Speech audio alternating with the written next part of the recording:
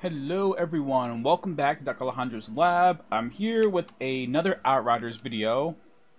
My build isn't 100% complete, but I have been running my AP Technomancer build, going just full on anomaly power and status power. I have a couple more mods I need to get, but I do just want to show off where the build is now and what it currently can do, and then the two last things I'm still trying to get. So firstly, this build is completely based off of tool destruction. My old builds used to have fixing wave and the cryo turret. Now we've swapped over to scrapnel and bladed turret to help keep the damage numbers up while using the mainly bottom tree. The decay turret's actually pretty useful. It does a lot of damage. It can mess with your replenishing ammo a little bit, but it's still pretty helpful. Scrapnel is super awesome. It helps get a lot of extra damage on elites. Main time I use is really just helping me kill elites and other bigger enemies, just adding in a little extra damage after I've stacked up my damage a bit with the minigun. Looking at the actual equipment, both of my weapons have Fortress and Perpetuum Mobile. Fortress is awesome. You're always going to end up having a huge armor bonus. You'll hit the 85% with the minigun out. You just need to hit the 43% to get the full 43% bonus damage. Both guns also have status power on them, because status power is not only the amount of damage that Toxic does, but also how long things like Vulnerable lasts. And Vulnerable is huge in this build. I can show you why in the class tree quickly.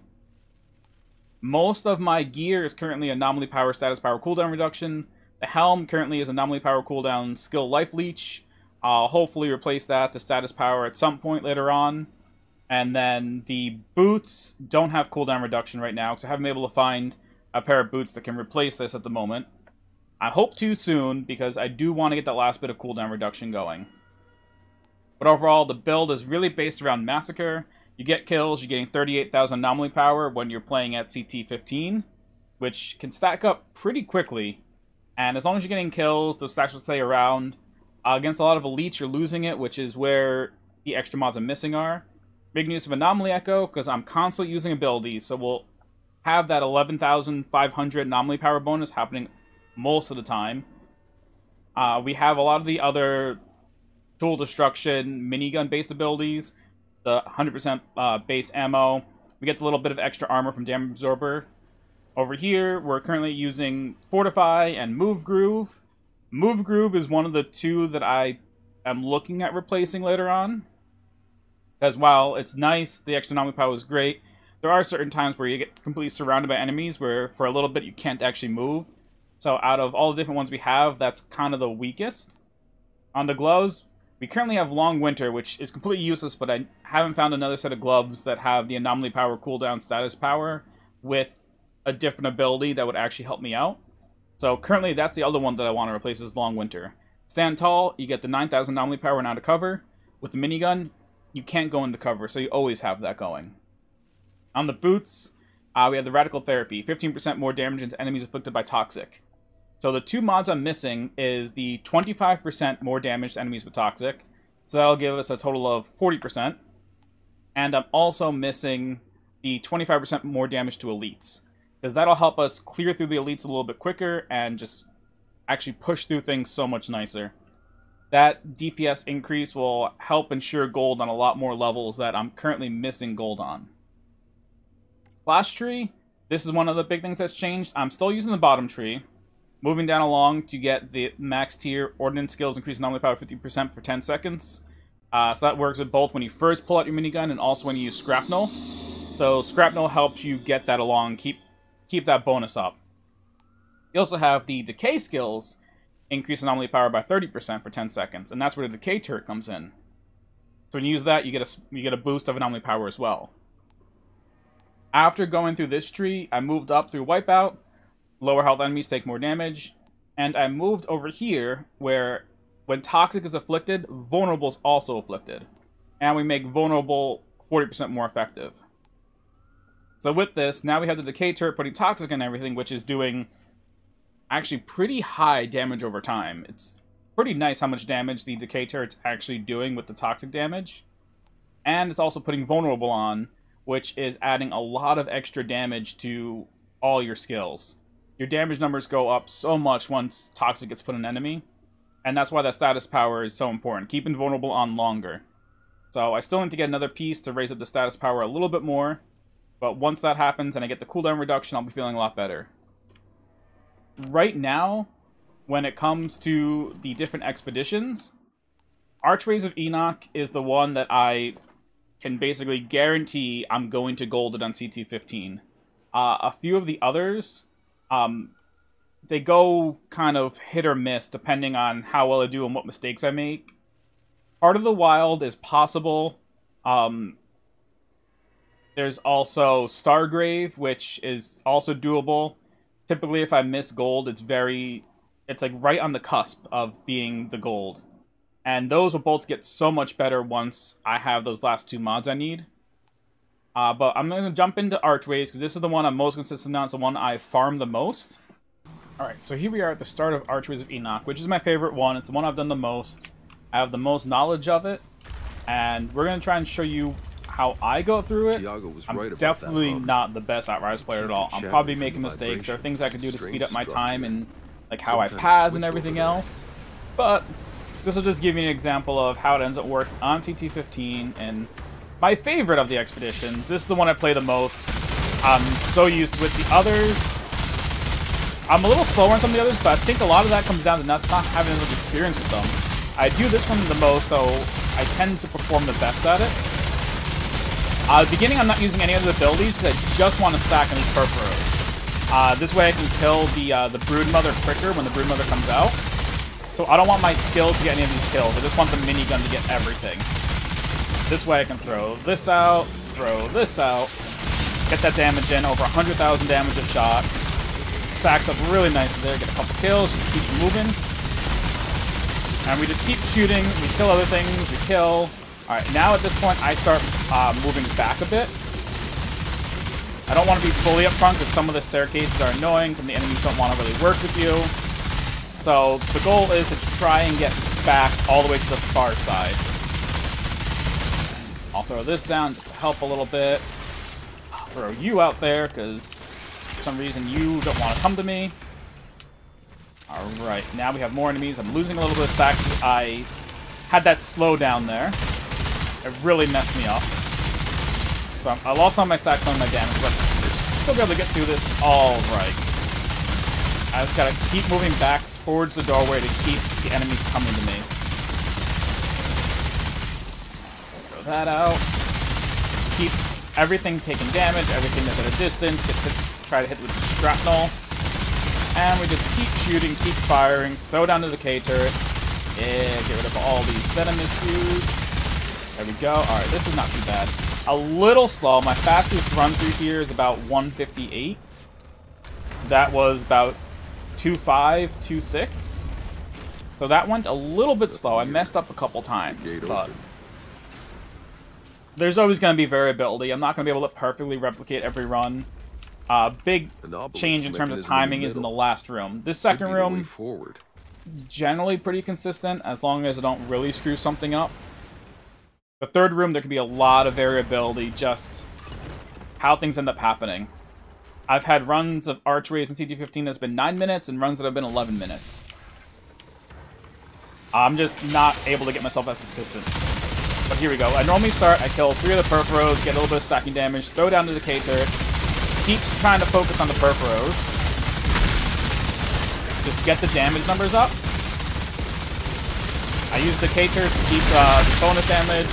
Now I'm going to throw that out, and now that the Purphoros are dead, I'll throw out the Shrapnel, which will do a ton of damage with all the stacking we've had, and we just bust through these last few Alpha Purphoros, and they drop super fast.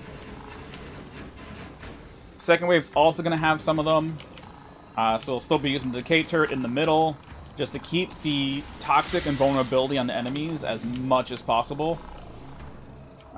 Things change a little bit in the third wave, because that's when the Broodmother comes. So we do have to adjust a little bit on how we actually start off that wave. Now we just sit here. Alright, they're starting to spawn. Go down into the K turret. Get ready. As soon as an Alpha Purpro jumps in... Ooh, a regular Purpro got here first. Normally, I end up having to deal with the Alphas before the regulars get in. Alright, so I got rid of one. Just continue killing all these. Get the damage stacking back up. Throw you out. Get the shrapnel going. And now we just kind of finish busting on through them. They go down super fast with toxic and vulnerable and everything. They do not last. Alright. Where you at? There you go. Alright, for the third wave, the Brood Mother's going to come out from there. One of the two sides. So I normally wait a few seconds. Then I will toss the decay turret out. Probably about now. It'll go. Another second or two later, the enemy should spawn. And then we should be able to be good there. Alright. I just want that out first. So that it can start trying to hit it a little bit. Ooh, I didn't get a reload in the last one. Alright, so this is going to be a little slower. I need to get a regular Perfro to come at me, or one of these venomous ones. Oh, come on. Get around. Alright, regular Perfro. There we go. Got my restock. Alright, cool. Perfect. I didn't realize I was low on ammo. Normally, I get an ammo restock near the end of the last wave, which always ends up helping me out a little bit. So shrapnel and just keep getting the damage in. My goal is to try into the Brood Mothers. The Alpha's getting away.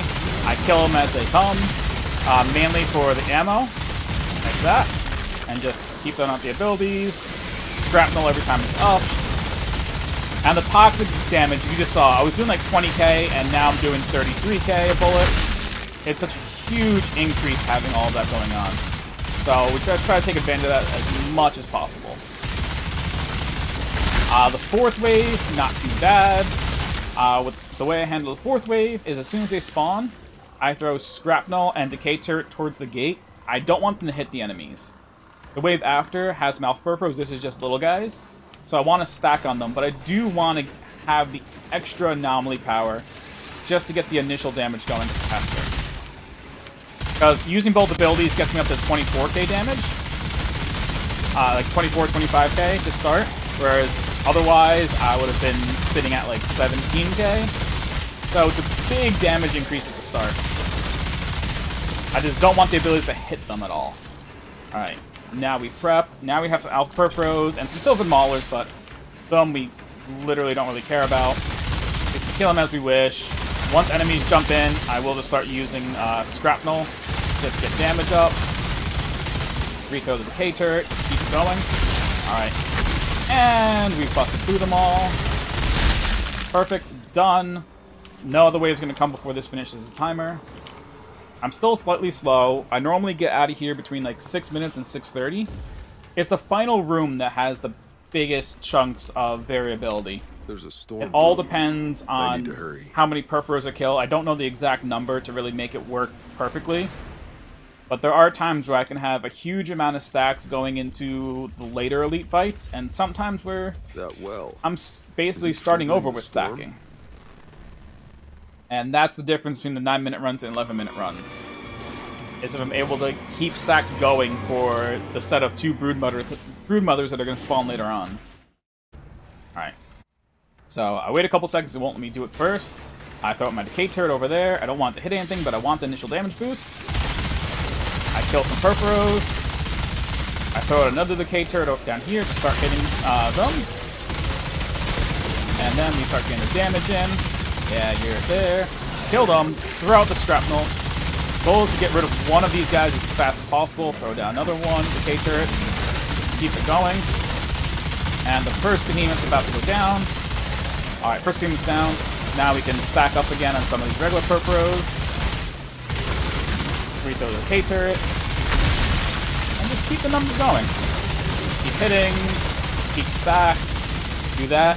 Enemies are gone. Now we can just do that. Huge chunk of damage there. Kill a Strix while I have the stacks. Keep them going. You have the Venomous Perforos. Get rid of these. Throw you down. Restack that damage. Get this going. And it's just really just keeping things moving along as fast as possible. This is actually going alright. It's just a reminder to just keep throwing down the decay turret when you have the option to. There we go. This is actually going alright. Keep throwing out your abilities.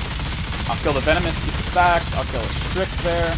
And then the Brood Mothers are going to start spawning. Get ready to shoot. I want to kill one as soon as possible to keep my stacks. There we go. Perfect. I kill the initial batch. And once these are all done, I throw out my abilities. And just start shooting. The others are going to come after me. This one will be like half dead by the time they get here. Reload ammo. Throw you back out. And there we go. Now we're basically done here. This is actually going to be it's still a slow run because I messed up some of the other rooms, but it's not too bad. I've had much worse runs. My fastest run has been, as I said, about a 9-minute, little over than 9:15. This one's going to be like a 10-minute. Okay, Brood Mother's down. Oh crap, I ran out of ammo there. Alright, this is actually really bad now. This is a mistake I just made here at the end. But we just keep the abilities down. It actually works. So let's see what happens if we do screw up. It's really hard to really keep life going too well, but we just keep throwing out our abilities until everything happens. Get some shots in when we can, because we are doing extra damage that way. And as soon as this is back up, we're here. Alright, so we had a super fast run that got slowed down. But that's a mistake that can happen. Like, I have done that before. I'm actually okay with that happening here. It kind of just shows off that it's really easy to make an error. I wasn't looking at my ammo. At this point, there's really no worries. We just have to finish off these last restrictors. I just don't have the extra damage I normally would have at this point. I normally take the stack from the Mother, use it to finish off the last few Alpha Perforos, and then typically get through these relatively quickly. Alright. And we are done.